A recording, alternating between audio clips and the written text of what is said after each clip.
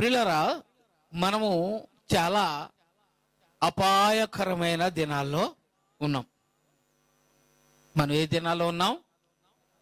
అపాయకరమైన దినాల్లో ఉన్నాం. అయితే అపాయకరమైన దినాలు అనగా శ్రమలు. ఇప్పుడు మనం నడుస్తున్నది కూడా శ్రమ కాలాలు అంటాం, అవునా? ఇప్పుడు మనం వాక్యం ధ్యానించేటప్పుడు కూడా కొన్ని విషయాలను బట్టి సేవకులు కూడా చాలా శ్రమను అనుభవిస్తూ ఉంటారు. రేపొద్దున వారు కూడా శ్రమను అనుభవించరు అనుకోవద్దు. యవనస్తులని వారు అనుభవించాల్సిన శ్రమలు కూడా చాలా ఉన్నాయి. అయితే ప్రతి విషయంలో కూడా నిజముగా సేవ చేసే సేవకుడికి దేని గురించి శ్రమ? కుటుంబం కోసమా? బిడ్డల కోసమా? దేనికోసము శ్రమ ఉండదు. సంఘము నిమిత్తమై శ్రమ. సంఘం ఏమైపోతుందో అని శ్రమ. సంఘము ఏ రీతిగా మోసపరచబడుతుందనే శ్రమ. బైబిల్లో మాట్లాడండి. ఇది నేనేమి నా సొంతంగా మాట్లాడుతున్నాయి అయితే మాత్రము కాదు, బైబిల్లో ఉన్నదే మీకు నేను చెప్తాను. సొంతంగా ఏదో చూసి డౌన్లోడ్ చేసుకుని లేకపోతే ట్రైనింగుల వల్ల చెప్పే అర్హత అయితే నాకు లేదు. నా దేవుడు నాకు ఏది చెప్పమంటే అది మాత్రమే చెబుతాను. అదే నాకు తెలుసు. దేవుని స్తోత్రం. కాబట్టి చూడండి, అపోస్తలుడైన పౌలు గారు పరిచర్య కాలంలో ఆయన అనుభవించిన అనుభవాలు, ఆయన పడ్డ శ్రమలు, సంఘము ఏమైపోతుందో అనే బాధ అంట ఆయనకి. ఎవరికి? ఆయన సంఘం ఏమైపోతే నాకెందుకు, నేను రక్షింపడితే సరిపోద్ది అనుకోవచ్చు కదా సేవకుడు, అవునా? సంఘం ఏమైపోతే నాకెందుకు, నేను బాగున్నాను కదా, నేను రక్షింపబడితే సరిపోద్ది కదా అనుకోవచ్చు కదా. కానీ సేవకుడి యొక్క స్వభావము కానీ, సేవకుడి యొక్క గుణగణాలు కానీ, సేవకుడి యొక్క ఉద్దేశములు కానీ ఎట్లాంటిది అంటే అది కూడా పౌలు గారు చెప్పారు. నా స్వజనుల నిమిత్తమై నేను ఏమైపోయినా పర్వాలేదు. ఏమన్నాడైనా? నా కుటుంబం, నా స్వజనుల నిమిత్తం, నా సంఘము నిమిత్తమై నేను ఏమైపోయినా పర్వాలేదు. సంఘము మాత్రము ఎత్తబడే గుంపులో ఉండాలి. నమ్మితే దేవుని స్తోత్రం చెప్పండి. ఇక నేను మీకు ఎప్పుడు బోధించినా సరే మన మనోనేత్రము తెరవాలి, మన మనోనేత్రము తెరవాలి అని చెప్తానా లేదా? మన మనోనేత్రము తెలుసుకుని కనుక ఉంటే అపవాది కూడా ఎక్కడో ఉండదు. అది కూడా తన నేత్రములు తెలిసే సంఘంలోనే ఉంటది. ఉండదా? కొన్ని విషయాల్లో మనకే గలిబిలి చేస్తూ ఉంటది. చేస్తుందా లేదా?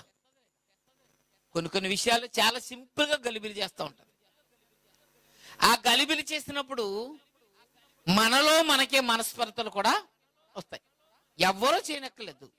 అపవాదుగాడు చేసి యొక్క ప్రేరేపణకి సేవకుడు పడిపోతాడు, విశ్వాసు కూడా పడిపోతారు. లేదండి, అట్లాంటి వాళ్ళు లేరా? అనేకమైన మంది ఉన్నారు. దేవునికి స్తోత్రం, హల్లెలూయా. అయితే అపోస్తలుడైన పౌలు గారు సంఘంలోను తెస్సలోనికి రాసిన పత్రికలో ఒక మాట చెప్తున్నాడు సంఘానికి. సంఘమున స్థితిగతులను చూశాడు, అన్నీ చూసినా తనలో ఒక భయమట. చూడండి, 3వ అధ్యాయము 5వ వచనం చదువుదాం. ఇందుచేత నేను ఇంకను సహింపజాలక శోధకుడు మిమ్మును ఒకవేళ శోధించనేమో. ఆగండి, ఒకసారి ప్రార్థన చేసుకుందాం. మహోన్నతుడా, మహాగణుడా, సర్వశక్తిమంతుడా, సర్వాధికారివైన తండ్రి, తండ్రి, కుమార, పరిశుద్ధాత్మ దేవా, మీకు వందనాలు. ఇదిగో నాయన, నిలబడినది నేనే, మాట్లాడవలసింది మీరు. నా నోరుని మీ బోరగా వాడుకోండి. మీ ఆత్మచేత నన్ను అభిషేకించి మీ యొక్క వాక్కు నా నోటి నిండా ఉంచి నడిపించమని నజరేయుడైన యేసు పరిశుద్ధ నామమున అడిగి బ్రతిలాడి వేడుకుంటున్నాం పరమ తండ్రి, ఆమేన్. దేవుని స్తోత్రం, హల్లెలూయా. ఇక్కడ ఎవరితో మాట్లాడుతున్నాడండి ఈయన? చెప్పండి, ఎవరితో మాట్లాడుతున్నాడు? మెల్లగా కాదు, ఎవరితో మాట్లాడుతున్నాడు ఆయన? సంఘముతో. మాట రావట్లేదా? గట్టిగా మాట్లాడమన్నాను కదా. ఎవరన్నా వచ్చినప్పుడు కూడా అలాగే బెడం కొట్టుకుని బెడంకు నోట్లు ఎట్టుకున్నాడు, బెల్లముక్క నోట్లు ఎట్టుకున్నాడు, సీగుదా కూర్చుంటున్నారా? దేవుని యొక్క మాట దేవుని యొక్క సన్నిధిలో అడిగినప్పుడు ఖచ్చితంగా స్వరము ఎత్తి రావాలి. దేవుని స్తోత్రం. అపోస్తలుడైన పౌలు గారు ఎవరితో చెప్తున్నాడు ఈ మాట? సంఘముతో. మోసపుచ్చేవాడు ఎక్కడో లేడు, సంఘంలోనే ఉంటాడు. అవునా కాదా? సంఘంలోకి అపవాది రాది అనొద్దు. సంఘంలోకి అపవాది వస్తుంది, వెళతాది, వస్తుంది, వెళతాది. అది ఎందుకు వస్తుంది, ఎందుకు వెళతాది అని దాని అవకాశం చూసుకుంటుంది. అవకాశం దొరికితే అక్కడ ఉండిపోద్ది, అవకాశం దొరకకపోతే మళ్ళా వెళ్ళిపోద్ది. పరిశుద్ధాత్మతో రగిలింపబడుతూ రగులుతూ మండుతూ ఉన్న యొక్క సంఘము అపవాదికి అవకాశం ఇవ్వదు అనుకుంటాం, కానీ ఇచ్చే ఒక విధానముగా ఇవ్వడం కూడా జరుగుతూ ఉంటది. అప్పుడు ఎవరికి బాధ? ఎవరికి బాధ అండి? గట్టిగా చెప్పండి, ఎవరికి బాధ? ఈ బాధ రానున్న దినాల్లో మీ సేవకులకి పెట్టకండి. ఎవరైనా సరే బుద్ధి చెప్పినప్పుడు గద్దించే అధికారము, బుద్ధి చెప్పే అధికారం ఎవరికి ఉంటుందంట? నీ తల్లిదండ్రులకు కూడా లేని యొక్క అధికారం సేవకుడికి మాత్రం ఉంది. సేవకుడు చెప్పినట్టు దాన్ని గ్రహించుకునే మనసు కలిగి ఉండాలి సంఘంలో ఎప్పుడైనా సరే. దేవుని స్తోత్రం. అంత గొప్ప సేవ చేస్తున్న పౌలు గారే కృంగిపోయాడు సంఘం కోసం. ఎందుకు అంటే అక్కడక్కడ అపవాది యొక్క విధానాలు కనిపిస్తున్నాయి కనుక వాటిని చూసి సంఘము ఏమైపోతుందో అని కృంగిపోయాడంట ఆయన. విడిచిపెట్టిన ఆయన అలాగే వదిలేసి అడిగినా దేవుడు మిమ్మల్ని అలాగే వదిలేస్తాడా? చెప్పండి, వదిలేస్తాడా? లేదు, వదలడు. దేవుడు మరొక్క ద్వారాన్ని మీకు తెరిసే ఉంచాడు. తెరుస్తాడు కాదు, తెరిసే ఉంచాడు. దేవునికి స్తోత్రం. తెరిసి ఉంచాడు కనుక తెరవబడ్డ ద్వారం ఏది అని మనం గ్రహించాలంట. ఎవరు? సంఘం. తెరవబడ్డ ద్వారము ఏది అని గ్రహించాలి. చదవండి మళ్ళీ ఒక్కసారి 5వ వచనం. ఇందుచేత నేనును ఇకను సహింపజాలక శోధకుడు మిమ్మును ఒకవేళ శోధించునేమో అనియు, మా ప్రయాసము వ్యర్థమైపోయినేమో అనియు మీ విశ్వాసము తెలుసుకొనవలెనని అతన్ని పంపితిని. ఎవరిని పంపించాడంట? తిమోతి గారు. నేను ఇక్కడ సంఘము కట్టాము, సంఘానికి పత్రికనిచ్చాను. సంఘంలో కొంతకాలం ఉండి దేవుని యొక్క వాక్యము, సత్యమైన వాక్యాన్ని కఠినముగా వారి మనసు గాయపడ్డా ఏమనుకున్నా సరే బోధించి సరిచేసి నిలబెట్టి నేను వెళ్ళాను కదా.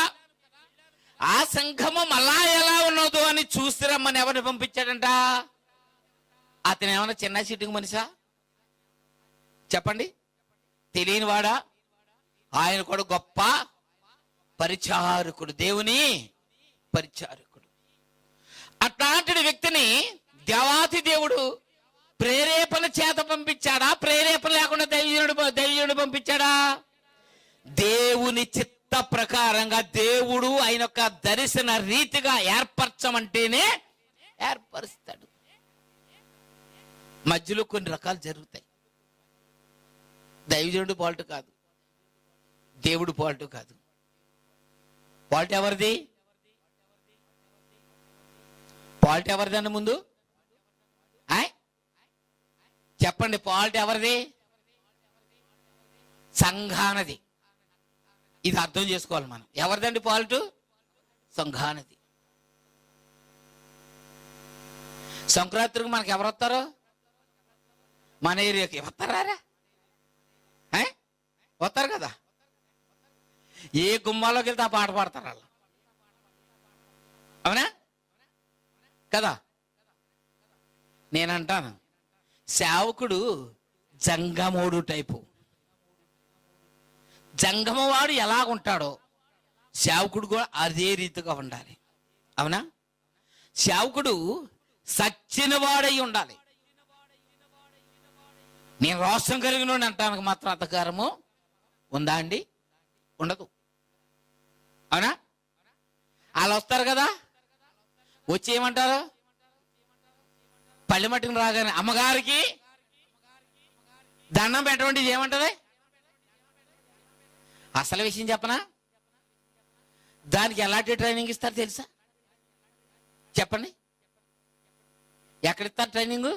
చక్కగా రోడ్డు పక్కన పొడికేసి బాగా తిండి పెట్టి ట్రైనింగ్ ఇస్తారా? దిగితే బయటికి రాని స్థితిలో దాన్ని దింపేస్తారు తీసుకెళ్ళి. దాని కడుపు కాలిపోవాలి, తిండెట్టరు, ఏమీ ఉండదు, అవునా? వీళ్ళు చెప్పిన మాట వినాలి. అప్పటిదాకా అది ఎలా ఉండదు? రోషంతో ఉంటది, అవునా? దింపిన తర్వాత ఏమవుద్ది? వీళ్ళు చెప్పినట్టుగా వింటది, అవుదా కదండి? దేవుని స్తోత్రం. కొద్ది రోజులు కడుపు మార్చి ట్రైనింగ్ ఇచ్చి తీసుకొచ్చి నిలబెట్టిన తర్వాత అది ఆడమన్నట్టల్లా వీళ్ళు ఆడమన్నట్టల్లా. ఎందుకు తెలుసా ప్రియులారా? సంఘములో శోధకుడనే వాడు ప్రవేశించే ఉంటాడు, కొత్తగా రాడు, అవునా? సంఘము అని పేరు పెడితే అక్కడ వాడు ప్రవేశించి ఉంటాడు.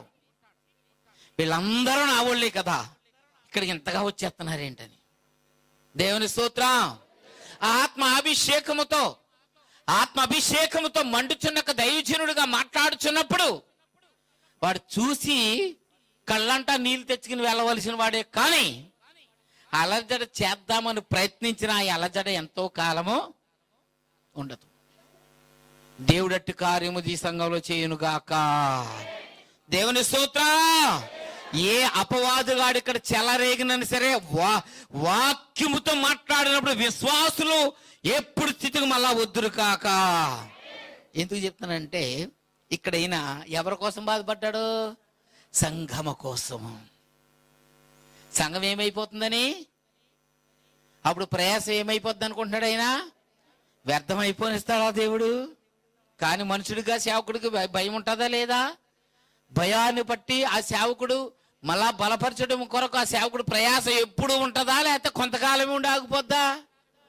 చనిపోయే వరకు ఉంటుందట, చనిపోయే వరకు. ఒక్కసారి మళ్ళా చదువుదామంటే అదే వచ్చిన. ఇందుచేత నేనును ఇంకను సహింపజాలక శోధకుడు మిమ్మును ఒకవేళ శోధించినేమో అనియు మా ప్రయాసము వ్యర్థమైపోయినేమో అనియు మీ విశ్వాసమును తెలుసుకొనవలనని అతని పంపితిని. దేవునికి స్తోత్రం. హల్లెలూయా.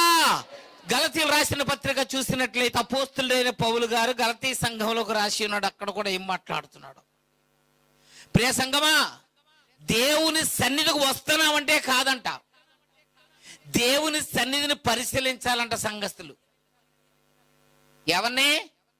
సన్నిధిలో ఉన్నప్పుడు సేవకుణ్ణి పక్కవారిని పరిశీలించుకుని ఏ మాట తీరు ఏమిటి, ఏ రీతిగా ఎవరు మాట్లాడుతున్నారు, మన ఆత్మ సంబంధమైన ఒక మాటలు ఏ రీతిగా ఉంటాయి, మన ఆత్మను మనం రక్షించుకోవాలంటే మనం ఏ రీతిగా నడుచుకోవాలి, మన ఆత్మను మనం పాడు చేసుకోవాలంటే ఏ రీతిగా ఉంటే మనం పాడు చేసుకుంటాం అన్న విషయము జ్ఞానం ఎవరికి ఉండాలి?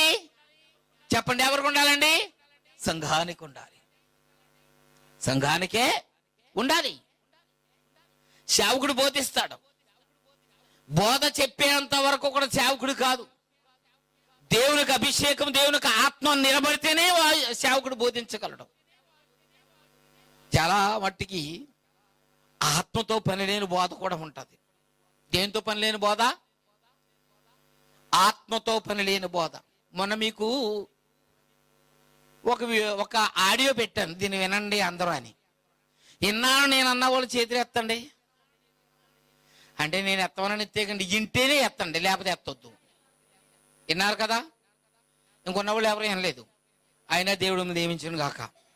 ఏంటి చెప్తున్నానంటే, వాక్యం యొక్క భావాలు, సంఘం యొక్క నడవడిలు, సేవకులమైన మేమే కానీ, సంఘంలో ఉన్న విశ్వాసాలని వీరే కానీ, మనలో ఒక్క 10 మీకు పంపించాను, అవును కదా?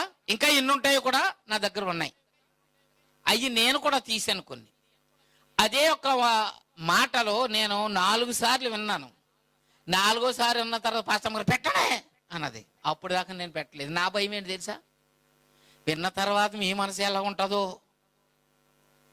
నాకు భయం ఉంటుంది కదా, అవునా? అయినా దేవుణ్ణి అడిగిన వెంటనే పెట్టలేదు. దేవుణ్ణి అడిగాను, ప్రభువా అని. ఇక్కడే పెట్టాను మళ్ళా ప్రార్థన చేసుకుని. ఏముంది అందులో? ఎన్ని రకాలవి మనకు దాసున్నాయి? చదివిన వాళ్ళు గుర్తుందా ఏమన్నా? 10 రకాలు, అవునా?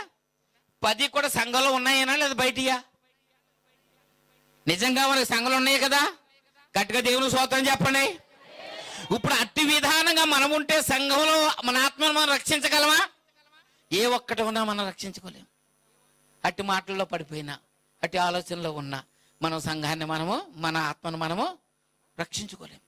మన ఆత్మను మనం రక్షించుకోవాలి అంటే విశ్వాసం అనేది మనం ఖచ్చితంగా స్థిరంగా ఉంచాలి.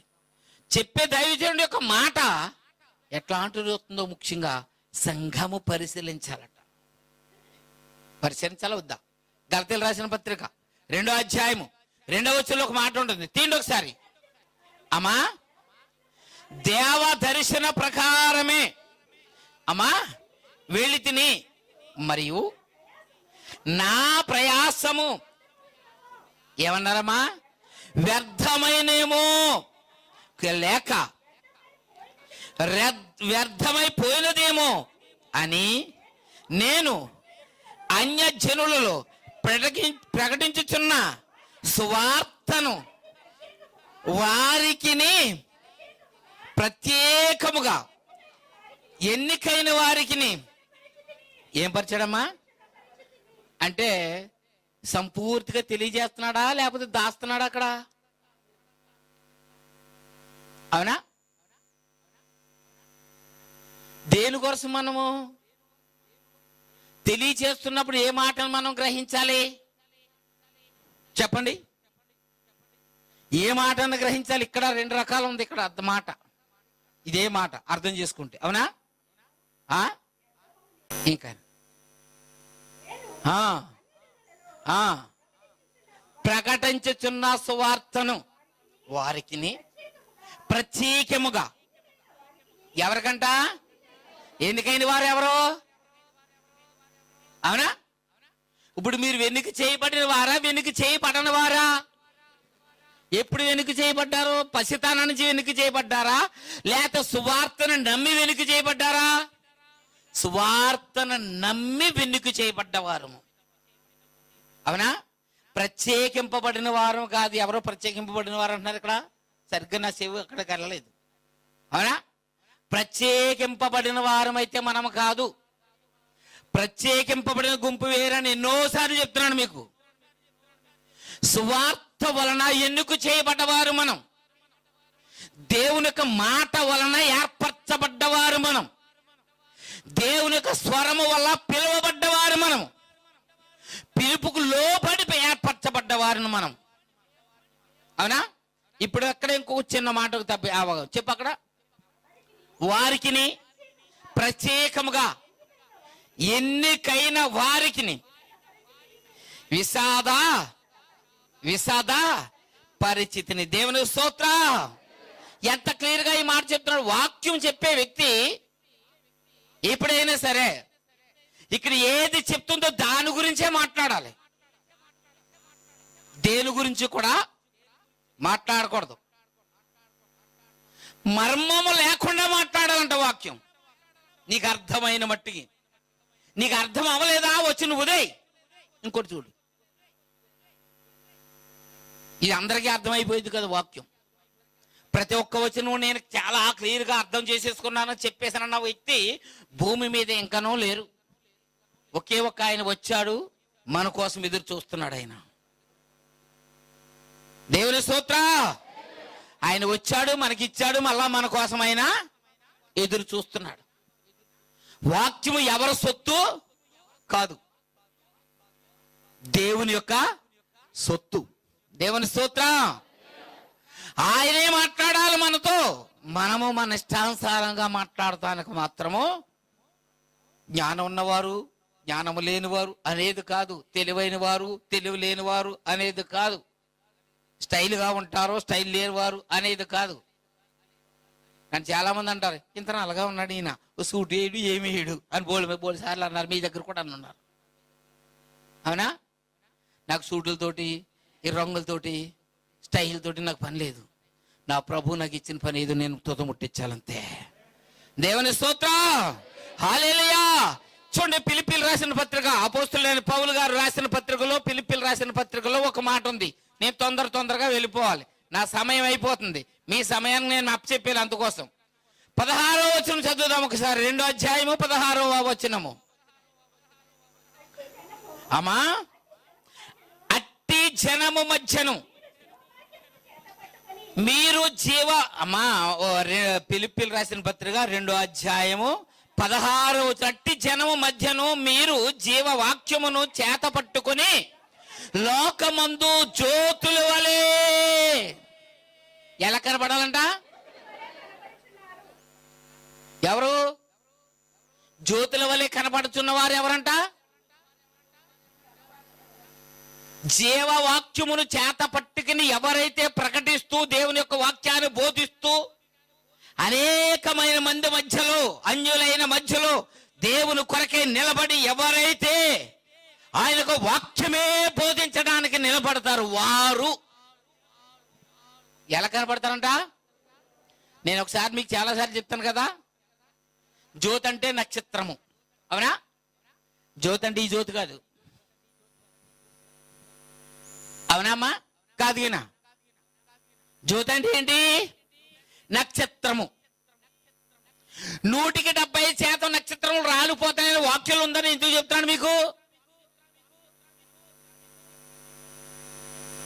ఇప్పుడు చెప్పండి, ఆ 70% నక్షత్రములు కూడా రాలిపోవడం కారణం ఎవరు చెప్పాలి? ఇన్నిసార్లు చెప్తున్నాను కదా, నా స్వరం ఏమి వినపడతలేదు గినా మీకు? పోనీ చెప్పండి, ఇంకా సౌండ్ ఎట్టించేద్దాం గినా. సౌండ్ వద్దని ఎందుకు అంటున్నాను తెలుసా?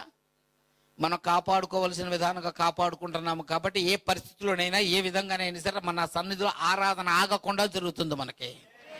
దేవునికి స్తోత్రం. నేనెందుకు పెట్టొద్దు అని కేకేసి మరీ చెప్తున్నాను. ఇంకెట్ట దాగిపోవయ్యా, దాగిపోవయ్యా. నిందా కూడా 2 సార్లు చెప్పాను. చెప్పని లేదు అడగండి. వెనకాల అలాగైనా చెయ్యి కొంచెం వెళ్ళిపోయింది, ఎందుకంటే అలవాటు అయిపోతుంది కదా. అవునా? దేవుని స్తోత్రం. హల్లెలూయా. ఎవరు ఉన్నారు జ్యోతుల వలె? శావుకులు. జ్యోతుల వలె నువ్వు చేర్చబడాలి, జ్యోతి వలె నువ్వు అక్కడే నిలబడాలి, దేవుని దగ్గరే ఉండాలంటే సేవకులైన మేము కూడా ఎలా ఉండాలి తెలుసా? చెప్పే వాక్యం ఉండాలి. జ్యోతి వలె నిలబడాలి. సేవకుడు అంటే ఎవరు సేవకులు నిలబెట్టాలో తెలుసా? సంఘము నిలబెట్టాలి. దేవుని స్తోత్రం. సంఘం ఎప్పుడు ఎలా నిలబెట్టాలో తెలుసా? ప్రకటించున్న వాక్యాన్ని పరిశీలించి ఏ ఒక్క వ్యక్తి నోట నుండి దేవుని యొక్క వాక్యం సత్యముగా, జోకులు లేకుండా, నవ్వించాలి. మొత్తానికి ఉసురు అంట ఉండకూడదు. అవునా? వాక్యమే నవ్వించాలి. దేవుని స్తోత్రం. బోధించినప్పుడు ఆ వాక్యాన్ని సంఘము ఎప్పుడైతే నెవరవేస్తానికి ఇష్టపడి నెవరవేస్తూ ఉంటుందో అప్పుడు జ్యోతి నిలబడుతుంది అక్కడ. అవునా కాదుగినా? నెవరు వేయకుండా చెప్పాములే అని సేవకుడు అనుకున్నా, భలే చెప్పాను, బాగానే వచ్చేసారు జనం, బాగానే నాతో ఉంటున్నారు అనుకున్నా. నేను అనుకున్నా నాతోటి భలే నవ్వుతూ ఉన్నారులే అని నేను అనుకున్నా, చేసిన ఈ జ్యోతి అక్కడ నిలబడదు. మొదటి పాల్ట్ ఎవరిది? సంఘానిది. రెండో పాల్ట్ ఎవరిది? సేవకుడిది. సంఘం యొక్క మాట విని, సంఘం యొక్క క్రియలు చూసి, సంఘం యొక్క సప్పన మాట్లాడదు, నోరు సప్పలించుకుంటూ మాట్లాడతారు కొంతమంది. సేవకుడితో కూడా పనికిమాల ముఖాలు ఉంటాయి. ఉంటాయా ఉండవా? ఎంతమందిని చూపిస్తాను? మీరు ఉండవంటే చెప్తాను, చూపిస్తాను. నిజం చెప్పండి, ఉంటాయా ఉండవండి? దేవుని స్తోత్రం. ఇప్పుడు వాళ్ళే కానీ నేనే కానీ వాటిలో పడిపోతే నిలబడతామా? మరి పడిపోతున్నాం కదా. మీకంటే ముందు పడిపోతున్నామా లేదా మీ తర్వాత పడుతున్నామా? మీకంటే ముందే మేము. ఇప్పుడు మేము బోధించే మాట ఎలా ఉండాలి? దాన్ని ఎంత మాత్రము కూడా చాటు చెయ్యకూడని ఒక విధానంగా దేవుడు నడిపిస్తూనే ఉంటాడు మనల్ని. మనల్ని మనం మరిచిపోవాలి అక్కడ. దేవుని స్తోత్రం, హల్లెలూయా. ఆయన ఎప్పుడు మనల్ని విడిచిపెట్టే దేవుడు.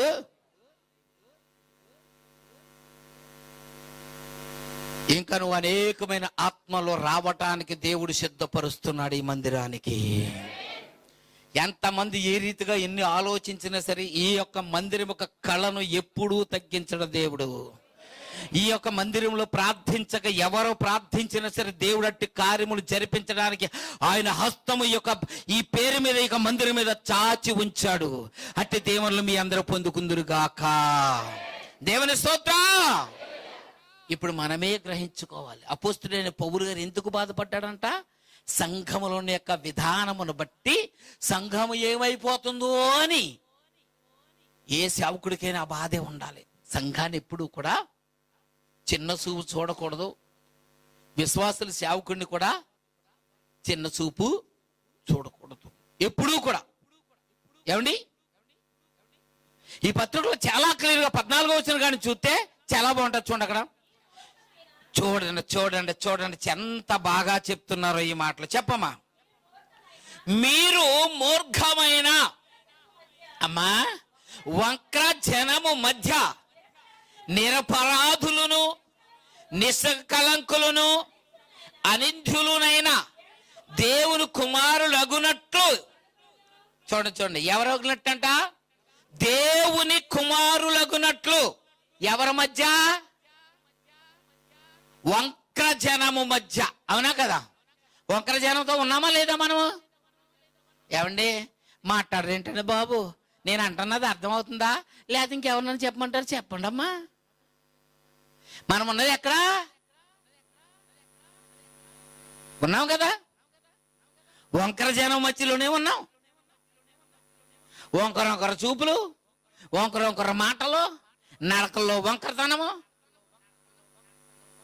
ఈ వంకర జనం మధ్యలో ఉన్నాం. అక్కడ ఎలా ఉండాలంటే మనము చెప్పమ్మా, దేవుని కుమారులకున్నట్లు సనుగుళ్ళను ఏం మానేయాలంట? సనుగుళ్ళను. మన దగ్గర సనుగుళ్ళు లేకుండా ఉందంటారా సంగమా? ఇప్పుడు చెప్పండి. ఎదురుగుండా ఒకటి, వెనకాల ఒకటి. ఏడమా కుమార వచ్చేవా? ఏసు రక్తమే చేయం, ఏటమాసమే బలం. మా ఇద్దరికి ముక్క లేకపోతే ముద్ద దిగదాం. అందుకే అంటున్నాను ఏటమాసమే బలం అని. దేవుని స్తోత్రం. సనుగుడు లేకుండా గాని సంశయం అంటే అనుమానము, మన సొంత నిర్ణయమును. సంశయం అంటే ఏంటి తెలుసా? మన సొంత నిర్ణయమును. మానమన్నాడా లేకపోతే దాన్ని పెంచమన్నాడా దేవుడు? మానేయాలంట. మానేసి చూడండి ఏమన్నాడమ్మా? గట్టిగా చెప్పండి మీ అందరూ. ఇంకోసారి సమస్త కార్యములు చేయడి దేవునికి స్తోత్రం చెప్తామండి. రెండు చేతుల పైకెత్తి గట్టిగా స్తోత్రం చెప్తా. హల్లెలూయా. ఈ కార్యం చెయ్యి, ఆ కార్యం చేయొద్దా? నీవు ఇచ్చేయి అది చేయొద్దల్లా దేవుడు ఏర్పరచుకుంటే మనల్ని ప్రతి దానిని కూడా ఏం చేయాలండి మనం? చెప్పండి, ఏం చేయాలి మనం? చెయ్యాలా వద్దా? చెయ్యాలి. చేయటానికి ఇష్టపడాలి. అది కూడా ఎలాగా? సనుగుకోకుండా. ఏమా అవునా కదరా? సనుక్కోకుండా. సనుగుతూ చేయకూడదు. సనుగుతూ చేద్దామనుకుంటే మానేయండి, ఏం పర్వాలేదు. దేవుని సనుగు 10 రూపాయలు మనం కారుకి ఇచ్చి మనం అద్దె కట్టమంటాం అనుకో, ఈ 10 దినాలు ఇలాగ వెళ్ళిపోతున్నాయి, ఈ 10 దినాలు ఇలాగ వెళ్ళిపోతున్నాయి. కొంతమంది ఇచ్చేవాళ్ళు ఇస్తానంటారు, ఇచ్చేవాళ్ళు చెడగొట్టేవాళ్ళు కొంతమంది ఉంటారు. ఉండరా? బోళ్ళు మంది. అవునా? ఈ సనుగుడుతూ ఈ అనుమానాలతో ఇలా ఇచ్చామనుకో మనకి ఏమైనా పని చేద్దా? ఎవరి మాట వింటే పని చేద్దా? పని చేయదు. దేవుని స్తోత్రం. ఇంకా మన సన్నిధిలో దేవాతి దేవుని చిత్త ప్రకారంగా గుప్పులు ఇప్పేవారు జీతం తక్కువైనా సరే ముందుకు వచ్చి ఇప్పుతున్నారు కనుకనే 710 దినాలు మనం అద్దె కడుతున్నాం. కోవిడ్లో ఏ సంఘమో ఏ మినిస్ట్రీ కూడా కట్టదు. వాళ్ళని అడుగుతారు, ఎక్కడి నుంచి వచ్చేస్తాను నీకని. మాకు దేవుడు ఇస్తున్నాడు అంటాను నేను. మీ దగ్గర ఉన్న వాళ్ళందరూనూ కూలి పని చేసుకునేవారే కదా, ఎవరో కూడా పెద్ద జీతగాలు లేరు కదా అని అడుగుతారు. మాకు పెద్ద జీతగాలు ఇచ్చే జీతాలు మాకు డబ్బులు మాకు వద్దు. అంట్లు తోముకుని బాత్రూములు కడిగి వాళ్ళ జీతమే మాకు కావాలి. వాళ్ళు కష్టపడి సంతోషంగా పట్టుకొచ్చి ఇస్తున్నారు. అవునా? పెద్ద జీతగాలు ఇచ్చేది ఆశించిస్తారు. చూడండి, పెద్ద జీతగాలకే పెద్ద పీటలు ఉంటాయి. అక్కడ ఉంటాయా ఉండవా? ఉన్నాయో లేవా? సంఘాల్లో అయ్యే పీటలు. ఏమనుకుంటున్నారు మీరు? సంఘాల్లో రాజకీయాలు ఎందుకు వస్తాయి అనుకుంటున్నారు? అట్లగే వస్తాయి. దేవుని స్తోత్రం. హల్లెలూయా. 14 వచనం చాలా క్లియర్గా మాట చెప్తాం. మనకు చదువు, మీరు మూర్ఘమైన వంక్ర జనము మధ్య నిరపరాధులను నిష్కలంకులను అనింద్యులైన దేవుని కుమారులగునట్లు సనుగులను సంశయములను మాని సమస్త కార్యములందు చేయుడి. దేవుని స్తోత్ర. ఏ ఒక్క విషయంలోనూ కూడానంట ఈ పని చేస్తామంటాం. కొద్ది రోజులకి ఏమొద్ది, ఎవలోకిది మన చెవిలోకి ఏగలు వచ్చినట్టు వస్తూ ఉంటుంది. అవునా? రాదుకేనా? వస్తుంది రాదా? వచ్చేటప్పుడు ఏమంటామంట, ఈ పని చేయటానికి దీన్ని తప్పించుకోవాలని ఇంకో వంక పెడతాం. నువ్వు ఈ పని చేయడానికి తప్పించుకున్నా వంక పెట్టావు, రేపొద్దున్న నీ జీవితం ఏమైపోతాయి? అసలు నీ ఆత్మ ఎక్కడికి వెళ్తుంది? ముందేముంది? వంకర. అవునా? వంకర జనం మాట అంటే వంకరగానే అయిపోతాం మనం కూడా. అవునా కదండి? వంకర జనం మాట అంటే వంకరగానే అయిపోతాం. దేవుని నామానికి మహిమ కలుగును గాక. దేవుని స్తోత్రం. నా సమయం అయిపోయిందండి. పిలుపులు రాసిన పత్రికలోనే అందుకే 16 వచనం చదవండి ఒకసారి. అట్టి జనము మధ్యను మీరు జీవవాక్యము చేత పట్టుకుని లోకమందు జ్యోతుల వలె కనబడుచున్నారయ్యా. మీకు ఏ విశ్వాసమును బట్టి నేను పునాది వేసి వెళ్ళాను, ఏ వాక్యమును బోధించి మీకు చెప్పి ఉన్నాను, దాని యందు స్థిరులుగా ఉన్నారు కనుక ఏ వంకర మధ్య జనంలో ఉన్నప్పటికీ, వంకర జన మధ్యలో ఉన్నప్పటికీ కూడా మీ మనసు అనేది మార్చుకోకుండా ఉన్నారు కనుక మీరు ఎలా కనబడుతున్నారంట? నక్షత్రముల వలె. ఎక్కడో ఉంటాయి నక్షత్రాలు. ఎక్కడ ఉంటాయి? సూర్యుడి కింద చంద్రుడి కింద ఉంటాయా? జంగ పైన ఉంటాయా? ఆకాశం మీదేనమ్మా. అందరికంటే పైన ఉండేది ఎవరు? అవును కదా? వాటికి ఒక పేరుంది, నక్షత్రం అని మనం అంటున్నాం కదా. వాటికి పాలపుంతలు అని ఉంది. పాలపుంతలు 2 రకాల పాలపుంతలు మన వాక్యం చదివితే. అవునా కాదు? దేవుని స్తోత్రం. అదొక్కట రాలితే భూమి మీద పడితే ఒక్క ఏరియా మొత్తం సర్వనాశనం అయిపోద్దంట. అప్పుడెప్పుడు నక్షత్రం రాలిపోతుంది అంటాం కదా, అంటామా లేదా? రాళ్ళని ఎవరో ప్రత్యేకంగా ప్రభుత్వాలు ర్యాకెట్లను వీటిని పంపుతుంటే, ఎందుకంటే ఏది అనుమానం ఉందో, ఏది రాలిపోయే దేశం ఉందో దాన్ని ఎలాగ ఎక్కడ కోల్చాలో అక్కడ కోల్చడం కొరకు ముందుగానే ఇలా సిద్ధపరుచుంటారంట. దేవుని స్తోత్రం. హల్లెలూయా. ప్రియులారా, దేవుని యొక్క వాక్యం వింటున్న మనము పరిశీలించాలి, ధ్యానించాలి. ఆత్మ ఏ రీతిగా నడిపింపులో ఉన్నదో దాన్ని చూడాలంట సంఘం. ఎప్పుడైతే ఆ రీతిగా ఉన్నప్పుడు, ఆ సేవకుడికి లోపడి ఉన్నప్పుడు, ఆ సేవకుడితో మీరున్నప్పుడు సేవకుడు అక్కడ ఈ రీతి కనపడతాడంట, జ్యోతులు వలె, నక్షత్రము వలె. రాలిపోయే నక్షత్రము కాదు, నికనికలాడుతూ అది వెలుగుతూ వెలిగించే నక్షత్రము. జ్యోతి వెలిగించేది, వెలుగునిచ్చేది. అవునా కాదుగినా? జ్యోతి దేనికి? వెలుగు ఇవ్వటానికి, వెలుగును పాడు చేయటానికి కాదు. అవునా? సేవకుడు వెలగాలి అంటే సేవకుడికి నూనె ఎవరు పోయాలి? సంఘం పోయాలి. సేవకుడికి బలంగా ఎవరుండాలి? సంఘం ఉండాలి. అంతేగాని ఏ మాటలు ఆ మాటలు చెప్పడం కాదు. మనం అర్థం చేసుకుంటే ప్రతి ఒక్క మాట సంఘంలో కనపడుతుంది. ప్రతి ఒక్క మాట వాక్యులోనే మనకి కనిపించిందా లేదమ్మా? కనిపించింది కదా. నేనేమన్నా చెప్పుకొచ్చాను కదా. దేవుని స్తోత్రం. ధ్యానించండి, పరిశీలించండి. కొరింథీయులకు రాసిన మొదటి పత్రిక వచ్చేద్దాం. కొరింథీయులకు రాసిన మొదటి పత్రిక త్వరగా. యేసయ్య నీకు వందనాలు. ఆయన 15వ అధ్యాయము 2వ వచనం చూద్దాం. మీరు దానిని అంగీకరించితిరి, దాని అందే నిలిచి ఉన్నారు. మీ విశ్వాసం వ్యర్థమైతేనే గాని నేను ఏ ఉపదేశ రూపముగా సువార్త మీకు ప్రకటించుదును. ఆగండి ఒక్కసారి. అక్కడ ఏమన్నాడైనా? 2 కనపడతాయి. మీ విశ్వాసము, 2 విశ్వాసాలు ఉంటాయి అక్కడ. మరి అవునా కాదుగినా? ఇప్పుడు ఏ విశ్వాసం అర్థం అవ్వాలి? కొన్నిటి మీద మనకు విశ్వాసం ఉంటుందా లేదా? కొంతమంది మీద నమ్మకం ఉంటుందా లేదా? ఏమండి? అబ్బాయి ఇంతటి వ్యక్తి లేదనుకుంటాం మనం. ఇంతటి వ్యక్తి మనకి ఇంకెవరు కూడా లేరనుకుంటాం. లేకపోతే తెలుస్తుంది అసలు గుణం ఏంటో. ఎప్పుడు తెలుస్తుంది అసలు గుణం ఏంటో? ముందులో తెలదు, వెనకాల తెలుస్తుంది. ఇప్పుడు అది వ్యర్థం అవ్వాలి. దైవజనుడు చెప్పే మాట అప్పుడే ఫలిస్తుంది. ఆ సువార్త అప్పుడే బాగుపడుతుంది. 2 విశ్వాసాలే. అవునా కదండి అయ్యా?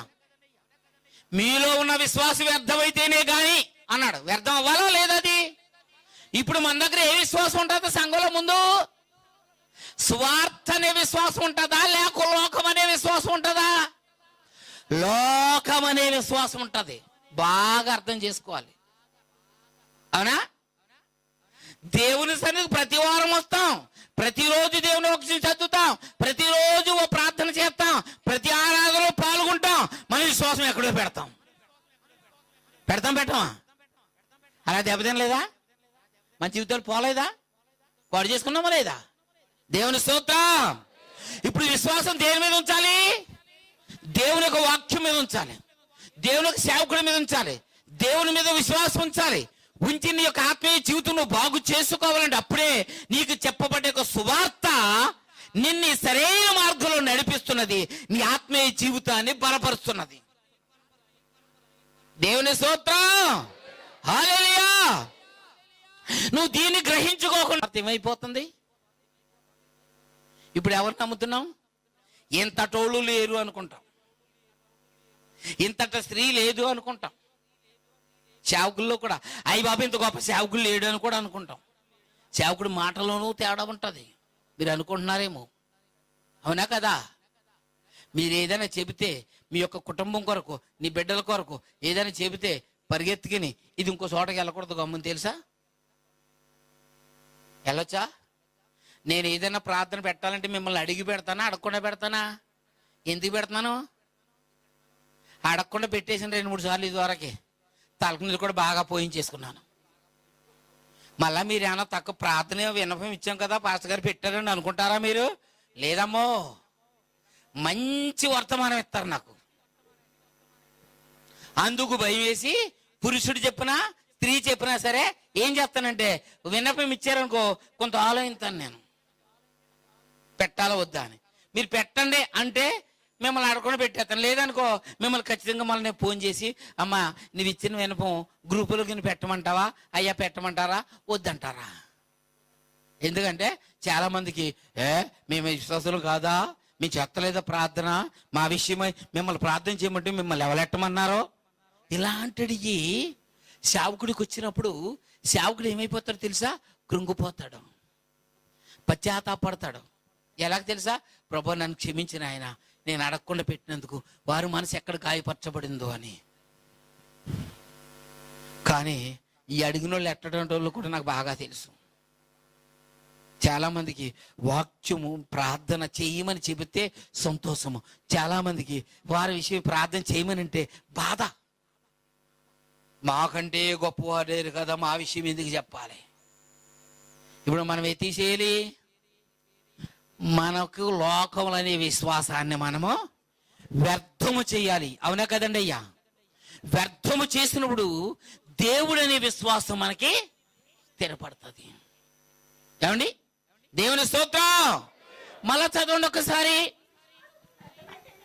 అమ్మా మీ విశ్వాసము వ్యర్థమైతేనే కాని నేను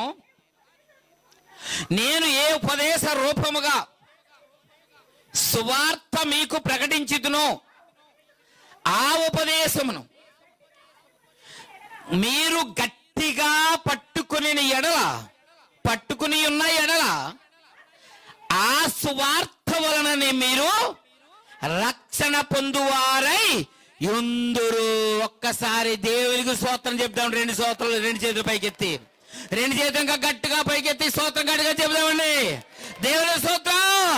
చెప్పబడిన ఒక సువార్తను మనం ఎలా పట్టుకోవాలంట? లూజుగా పట్టుకోవాలి. మన దగ్గర లూజుగా పట్టుకోమంటే మనలో ఉన్నది ఏదో మనం దాచినట్టే. అవునంటారా కాదంటారా? ఏమండి? అవునా కదా? దాన్ని ఏం చేయాలంట?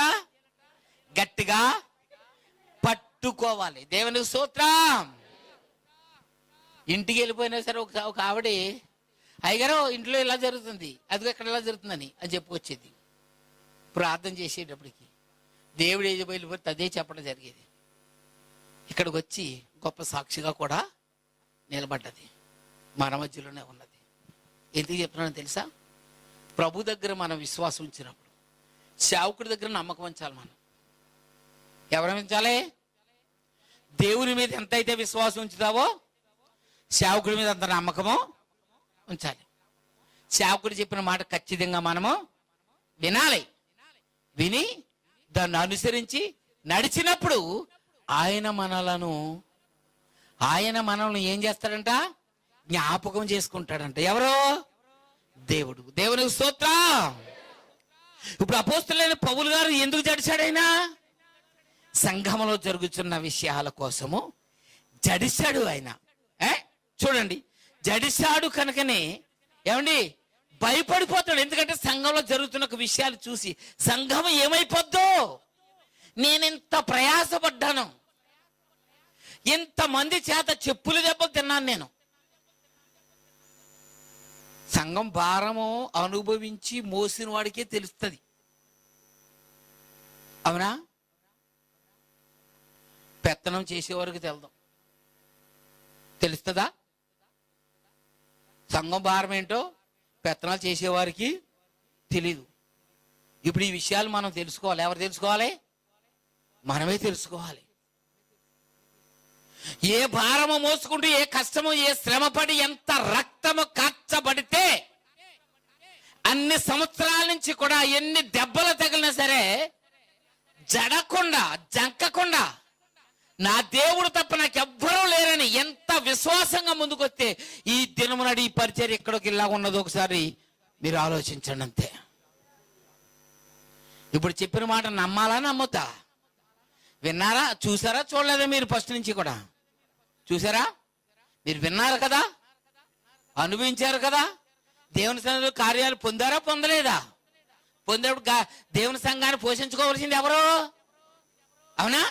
నేను ఉన్నా లేకపోయినా ఇక్కడ ఎవరైతే ఇక్కడ వాడబడతారో, ఎవరైతే ఏర్పరచబడుతున్నారో వారికి లోపడి ఉండాలి. ఇక్కడ ఎక్కడ ఉండాలి?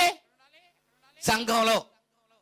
అంతగా దేవుడు మీకు అట్లా కార్యం చేశాడు, మిమ్మల్ని నిలబెట్టాడు. కాబట్టి మనం ఎవరికి కృతజ్ఞులు అయి ఉండాలి? దేవునికి కృతజ్ఞులు అయి ఉండాలి. ఎవరు చెప్పిన మాట వినాలి? దేవుడు సేవకుడు ద్వారా చెప్పిన మాట ఖచ్చితంగా మనము వినాలి. విని మనము ప్రతి విషయంలో కూడా ఎవరికి కృతజ్ఞులై ఉండాలి? దేవునికి కృతజ్ఞులై ఉండాలి. వచ్చేయండి ఒకసారి తెస్సలోనికీయులకు రాసిన పత్రిక మొదటి పత్రిక తీసుకోండి ఒకసారి, అందరూ కూడా చూద్దాం ఒకసారి. ఇందుచేత నేనును ఇకను సహింపజాలక శోధకుడు మిమ్మును ఒకవేళ శోధించలేమో అనియు, మా ప్రయాసము వ్యర్థమైపోయినేమో అనియు, మీ విశ్వాసము తెలుసుకొనవలెనని అతన్ని పంపితిని.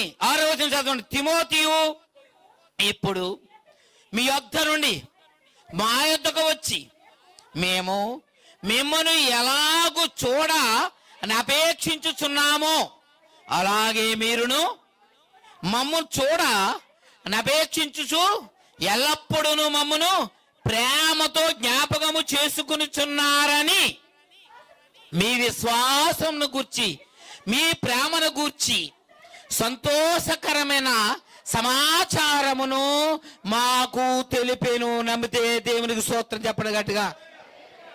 ఇంకా గట్టిగా స్తోత్రం చెప్తామండి. శాకుడికి కావలసింది అదండి. ఎవరి ద్వారా సంతోషించాడైనా? సంఘం ద్వారా సంతోషిస్తున్నానన్నాడా? సంఘం ద్వారా బాధపడుతున్నానన్నాడా? ఇప్పుడు సంఘం ద్వారా సేవకుడు సంతోషించాలా? సంఘం ద్వారా బాధపడాలా? సంతోషించాలంటే సంఘం ఎలా ఉండాలి? చెప్పబడిన వాక్యం మీద కట్టబడాలి.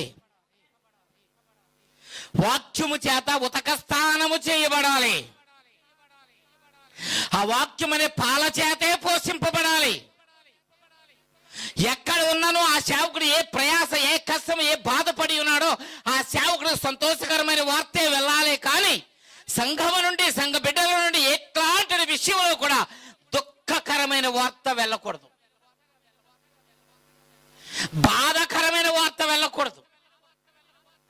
నిన్ను ప్రేమిస్తున్నారు అనుకుంటాం మనుషులు, నీ మీద ఎంతో ప్రేమ కురిపిస్తున్నారు, ఎంతో ఆనందంగా ఉన్నాము అనుకుంటారు మనుషులు, సేవకులము కూడా.